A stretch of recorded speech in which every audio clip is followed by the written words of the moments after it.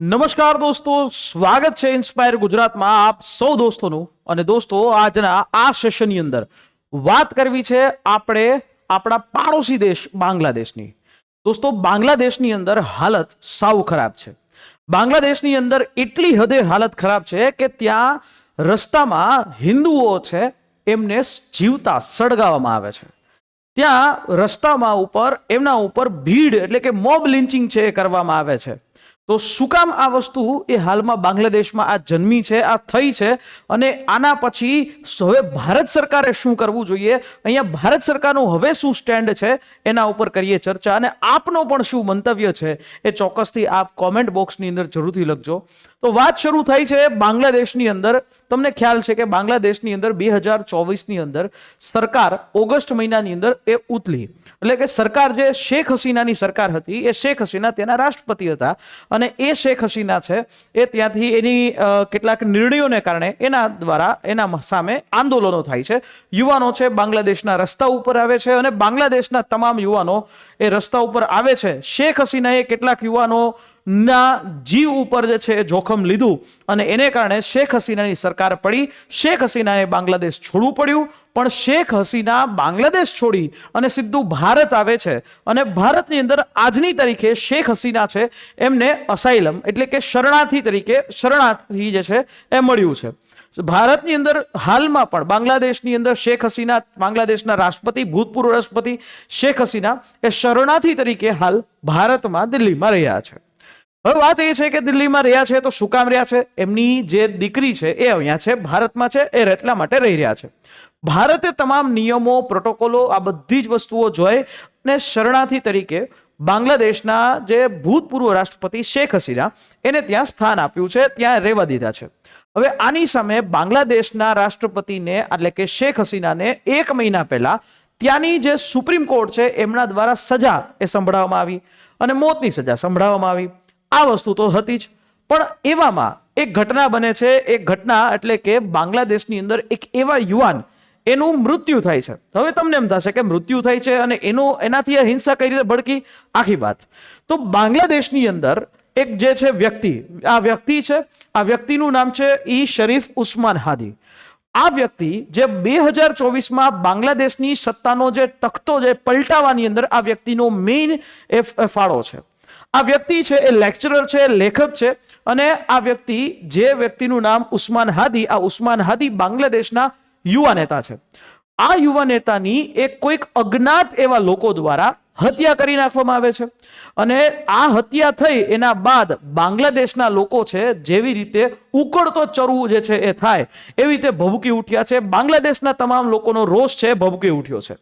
આ રોષ ભભૂકી ઉઠ્યો છે, એની સામે બાંગ્લાદેશની આર્મી એ ટેકલ કરે છે, પરંતુ હાલમાં તમને પણ ખ્યાલ છે કે બાંગ્લાદેશ અત્યારે હાલમાં એન્ટી ઇન્ડિયા તરફ એ વાતો કરી રહ્યું છે, કે ભારત વિરોધી તરફ વાતો કરી રહ્યું છે।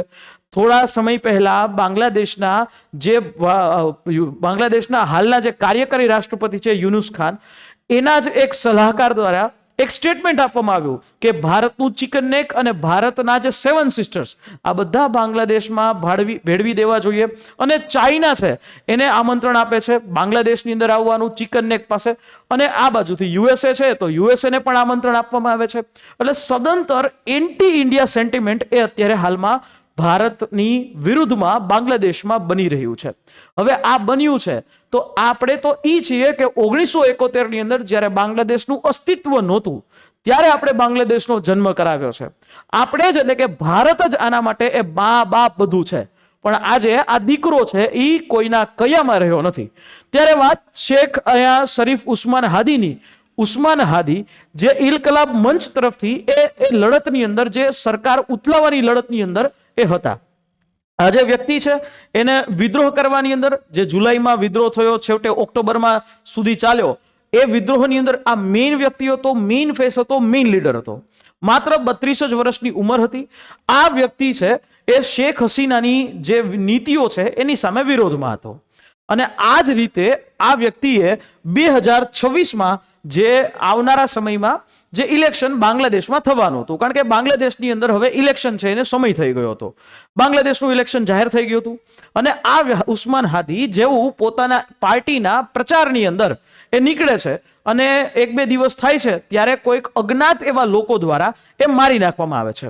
હવે આ અજ્ઞાત લોકો કોણ છે એના તરફથી લોકો કેટલાક જે સોશિયલ મીડિયાની અંદર એવી અફવાઓ ફેલાઈ કે આ વ્યક્તિ ભારતના જ કોઈ એજન્સીના રો કે આઈબીના એ એજન્ટ્સ હોય છે.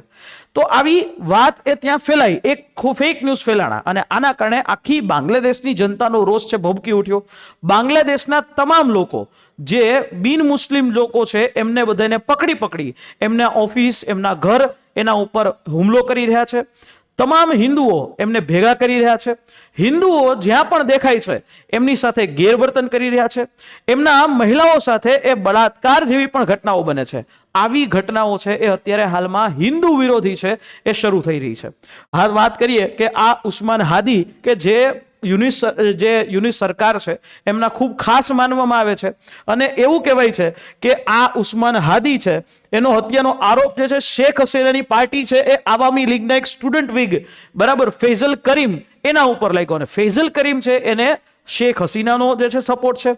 શેખ હસીનાનો સપોર્ટ હોવાને લીધે એને એવું કહેવામાં આવે છે કે આને હથિયાર અને બધું ટ્રેનિંગ એ ભારતે આપી છે. હવે આ વાતની અંદર સંપૂર્ણ સત્ય છે જ નહીં, પણ એક અફવાને કારણે ભારત વિરોધી સેન્ટિમેન્ટ અત્યારે હાલ બાંગ્લાદેશમાં એ શરૂ થઈ રહ્યું છે. હિંસા એટલી ભડકી કે આ વ્યક્તિ છે જેનું અત્યારે તો મૃત્યુ થઈ ગયું છે, સારવાર દરમિયાન સિંગાપુર લઈ ગયા હતા અને ત્યાંથી એમનું સારવાર દરમિયાન મૃત્યુ થાય છે. પણ એના જે જનાજાની અંદર તમે જોઈ શકો છો કે કોઈ નેતાના સાથે ન હોય એટલી બધી ભીડ, જ્યાં જુઓ ત્યાં જે છે ભીડ એના જનાઝા માટે એ અહીંયા ઉમટી પડી છે. આ ઈ વ્યક્તિ છે, આ જે શેખ આપણે વાત કરીએ કે ઉસ્માન હાદી, આ ઈ વ્યક્તિ છે કે જેનું સેન્ટિમેન્ટ હંમેશા ભારત વિરોધી રહ્યું છે. એને ભારત સાથે પ્રોબ્લેમ હતો. હવે અહીંયા લોકોનું એવું કહેવું છે કે ભારત સાથે પ્રોબ્લેમ હતો એટલા માટે હત્યા કરાવી દેવામાં આવી છે અને આ અફવાઓ છે એ અહીંયા હાલમાં આવે છે. ઇવન કે આ વ્યક્તિ છે એટલી સિચ્યુએશન ખરાબ થઈ ગઈ છે કે સરકારે આર્મીના હાથમાં આખું બાંગ્લાદેશ એ આપવું પડ્યું છે. હાલની અંદર આ ફૈઝલ કરીમ છે એ ફૈઝલ કરીમના માતા પિતાને એ ગિરફ્તાર કરી લેવામાં આવ્યા છે, અરેસ્ટ કરી લેવામાં આવ્યા છે અને જે વ્યક્તિ આ ફૈઝલ કરીમની બાબતમાં એ માહિતી આપશે એમને 37 લાખ રૂપિયાનું ઇનામ જાહેર કરવામાં આવ્યું છે. એક વ્યક્તિ, એક નેતાના બાબતમાં આટલી મોટી જે છે એ જનતા એ ભેગી થાય છે ત્યારે આપણે એવું જ સમજવું રહ્યું કે હવે આ દીકરો છે હાથમાંથી ગયો છે. પણ ખેર, આપણે વાત કરીએ આપણા મેઇન મુદ્દા ઉપર. આ ઉસ્માન હાદી જેણે તાજેતરમાં એવું એક સ્ટેટમેન્ટ આપ્યું હતું કે ભારતના જે 7 સિસ્ટર્સ છે એટલે કે 7 ભારતના રાજ્યો મેઘાલય, આસામ, મણિપુર, મિઝોરમ અને ત્રિપુરા, એની સાથે પશ્ચિમ બંગાળનો ભાગ એ હવે બાંગ્લાદેશે લઈ લેવો જોઈએ. એટલે એક આખો બાંગ્લાદેશ છે એ લઈ લેવો જોઈએ, આવું સ્ટેટમેન્ટ આપ્યું. અને એની સામે અત્યારે હાલ સોશિયલ મીડિયા ઉપર ભારતની અંદર પણ લોકો છે એ વિરોધ કરી રહ્યા છે. ભારતના લોકો એ ભારત સરકારને કહી રહ્યા છે કે સમય આવી ગયો છે, જેમ પાકિસ્તાનને જવાબ આપ્યો એવી જ રીતે બાંગ્લાદેશને જવાબ આપવાનો. જેમ ઓપરેશન સિંદૂર આપણે પાકિસ્તાનમાં કરી શકતા હતા એવી જ રીતે જ્યારે આ દીકરો છે એ દીકરો જો તોફાને ચડે તો મા બાપ તરીકે એક ઝાપટ મારી શકવાનો હક પણ ભારત પાસે છે. તો ત્યારે આખે આ મુદ્દાની અંદર જોવા જાવ તો કેન્દ્રની અંદર શેખ હસીના છે એને કારણે આ પ્રકારની પરિસ્થિતિ થાય છે. પણ આપણે ભારત એને ક્યાંય પણ કોઈ પણ પ્રકારે પોલિસી વિરુદ્ધ જઈ અને કોઈ કામ નથી કર્યું. સરકારી રીતે આપણે જોવા જઈએ તો એ સંપૂર્ણ શરણાર્થી તરીકે આપવાનો હક એ ભારતને પોતાની પોલિસી અંદર રહ્યો છે. અને શેખ હસીના છે જેના સંબંધ ભારત સાથે ખૂબ સારા એ બનાવીને રાખ્યા હતા. તો એવામાં અત્યારે હાલ જે કાર્યકારી રાષ્ટ્રપતિ છે યુનુસ ખાન, એમને ફરી પાછું ફૂલ ટાઈમ રાષ્ટ્રપતિ તરીકે રહેવું છે. એટલે ક્યાંક એવું પણ લાગે છે કે આ વ્યક્તિએ જ આવું એક વસ્તુ ઊભું કરાવ્યું હોય જેથી કરીને એક સેન્ટિમેન્ટ, પબ્લિક સેન્ટિમેન્ટ બાંગ્લાદેશનું એ એન્ટી ઇન્ડિયા તરફ જાય અને આવનારું ઇલેક્શન છે એ જીતી જાય. એટલી હદ સુધી હિંસા થઈ કે જે સરકાર બાંગ્લાદેશની અંદર, જે શેખ હસીનાની સરકારમાં જે ન્યૂઝ મીડિયા હતા, જે ભારત સાથે રહી અને કામ કરતા હતા અને ભારત માટે સારું લખતા હતા, એવા મીડિયાની ઓફિસીસ છે એને જે ચાલુ કલાકોની અંદર થઈ અને આ હિંસા કરવામાં આવી, એની ઓફિસને આગ ચાપી દેવામાં આવી. એટલી હદ સુધીની સ્થિતિ કે ઓફિસ તોડી નાખવામાં આવી. તમામ જગ્યાએ જમાલપુર છે, ઢાકા છે, ચટ્ટોગ્રામ છે અને બારીશાલ આ જગ્યા છે, ત્યાં આ પ્રકારે એ હિંસાઓ કરવામાં આવી અને મીડિયા હાઉસીસ છે એને નિશાના ઉપર લેવામાં આવ્યા. તમામ જે ઓફિસીસ છે આ 4 જગ્યાએ એ જે ન્યૂઝ મીડિયાની કે જે સરકારના વિરુદ્ધમાં લખે છે, બાંગ્લાદેશની સરકારના વિરુદ્ધમાં, એને સળગાવી નાખવામાં આવી. આ ઓફિસની અંદર પ્રોથોમો આલોક જે ન્યૂઝપેપર છે એના એક એડિટર છે સજ્જાદ શરીફ, એ પણ કહે છે કે ભાઈ 27 વર્ષની અંદર કોઈ દિવસ નથી જોયું એવો આ જ દિવસ છે એ આવે છે. આ સાથે મારી સામે અહીંયા તમને જે દેખાય છે બાંગ્લાદેશની એક ચોરાહો છે, એટલે કે બાંગ્લાદેશની અંદરનો શેરીનો એક નાકો છે જ્યાં 4 રસ્તાઓ મળે છે. આ 4 રસ્તાઓ ઉપર હિન્દુઓને પકડી અને એને જીવતા સળગાવી દેવામાં પણ આવે છે. આ પ્રકારની પરિસ્થિતિ હાલ બાંગ્લાદેશની અંદર થઈ રહી છે. હવે સમય એવો છે કે જાગવાનો, જાગો ભારત સરકાર જાગો, કે આ રીતે તો કોઈ દિવસ ચલાવી ન શકાય. બાંગ્લાદેશની અંદર જો કે હાલમાં સંસદની અંદર જે સત્ર ચાલુ છે તેમાં સરકાર તરફથી જવાબ આપ્યો છે કે ભાઈ વિદેશ મંત્રાલય અને ભારત સરકાર આ તમામ મુદ્દાઓ ઉપર નજર બનાવીને બેઠી છે. બાંગ્લાદેશના ભારતની અંદર જે હાઈ કમિશન છે એને પણ બોલાવવામાં આવ્યા છે. આ ભીડ એટલી બેકાબુ બની છે કે ભારતની જે ઇન્ડિયન એમ્બેસી બાંગ્લાદેશની અંદર ઢાકા ખાતે છે ત્યાં ઇન્ડિયન એમ્બેસીને ઘેરી વળી અને એના ઉપર પથ્થરમારો કર્યો છે. એ એમ્બેસી ઉપર જે આગ ચાપી દેવાની ઘટનાઓ પણ સામે આવી છે. આટલી હદ સુધી જ્યારે પણ વાત થાય છે, કારણ કે આ જે ટેરેટરી છે એ બાંગ્લાદેશની નથી હોતી, અલગ અલગ દેશોની અંદરની જે ઇન્ડિયન એમ્બેસી છે એ ભારતની જે છે ટેરેટરી હોય છે, તો ત્યારે ભારત તરફથી હુમલો એ ભારત ઉપર જે છે એ હુમલો એ માનવામાં આવે છે. બાંગ્લાદેશની અંદર જેટલા પણ હિન્દુઓ છે એમને ભારત સરકારે કીધું છે કે ભાઈ તમે સલામત સ્થળે થઈ જાઓ, સલામત સ્થળે તમે જતા રહ્યો. અને જેટલા ભારતીયો જે હાલ બાંગ્લાદેશની અંદર છે ત્યાં પણ સરકારે કીધું છે કે તમે સલામત જગ્યાએ જતા રહ્યો. તો અત્યારે હાલ બાંગ્લાદેશની અંદર અત્યારે ખરાબ પરિસ્થિતિ છે. આપણે સૌએ પણ જાગવું જોઈએ. બાંગ્લાદેશી હિન્દુ છે એમના માટે જાગવું જોઈએ. આ પ્રકારે રસ્તા ઉપર રહી અને જે રીતે એક કહેવાય કે આખું એક ગાયોનો એક ધણ છે, એક જે બેકાબુ ભીડ છે, એ ભીડ હાલ લોકોની જ હત્યા કરી રહી છે, પોતાના જ લોકોની હત્યા કરી રહી છે. હાઈ કમિશનર તરફથી પણ આ નોટિસ આપી દેવામાં આવી છે અને એક નંબરો જાહેર કરવામાં આવ્યા છે. પણ આ ઈ વ્યક્તિ છે, આ જ ઉસ્માન હદીદ, કે જે મોટા મોટા સપનાઓ જોવે છે બાંગ્લાદેશની સીમાને વધારવાના. હવે આ બાપ ઈ બાપ હોતા હૈ ઓર બેટા ઈ બેટા હોતા હૈ, ઈ કહેવાનો સમય હવે મોદી સાહેબ આવી ગયો છે. ક્યાં સુધી આપણે આ વ્યક્તિઓને સહન કરતા રહેશું? તાજેતરમાં છેલ્લા 1.5-2 વર્ષની અંદર સતત આવું સ્ટેટમેન્ટ જે છે એ આપવામાં આવે છે કે આપણે આમ કરી નાખવું જોઈએ, આપણે તેમ કરી નાખવું જોઈએ. અને ઇવન કે આ જ યુનુસ સરકાર દ્વારા ભારતની વિરુદ્ધમાં જ સેન્ટિમેન્ટ જે છે એ જગાડવામાં આવે છે. એટલે એવું પણ અહીંયા કહેવાય છે કે કદાચ એ 2 હમલાવરો છે એ રોમાંથી હોય, પણ એ વાત સતત એ સત્ય નથી. તમારું શું કહેવું છે આ ઘટના બાબતે, કે શું હવે જાગવું જોઈએ કે ન જાગવું જોઈએ? નીચે કોમેન્ટ બોક્સમાં ચોક્કસથી લખજો. પણ ખેર અત્યારે એડવાઇઝરીઝ છે એ જાહેર કરવામાં આવી છે. અલગ અલગ જે ઇન્ડિયન એમ્બેસી સિવાયની અલગ અલગ દેશોની એમ્બેસીસ છે, ચાઇના, પાકિસ્તાન, USA, કે જે આ ઉસ્માન હૈદીના પક્ષની અંદર કંડોલન્સીસ છે એ જાહેર કરી રહી છે, સાંત્વના સંદેશ જાહેર કરી રહી છે.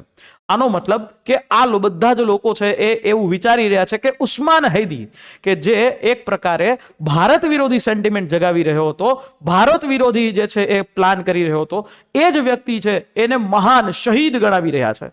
તો આપનું શું કહેવું છે આ બાબતે? ચોક્કસથી નીચે કમેન્ટ બોક્સમાં જરૂરથી કહેજો. પણ હા, જાગવાનો સમય આવી ગયો છે હિન્દુઓ, અને જાગવાનો સમય આવી ગયો છે એ મારા તમામ ભારતીયો. આ વિડીયો એ કોઈ મુસ્લિમ વિરોધી જે વાત કરવાનો નથી, પરંતુ હાલમાં બાંગ્લાદેશની અંદર જે પ્રકારની પરિસ્થિતિ બની રહી છે એ જ પરિસ્થિતિ ઉપર ભારતીયોને જગાડવાની છે.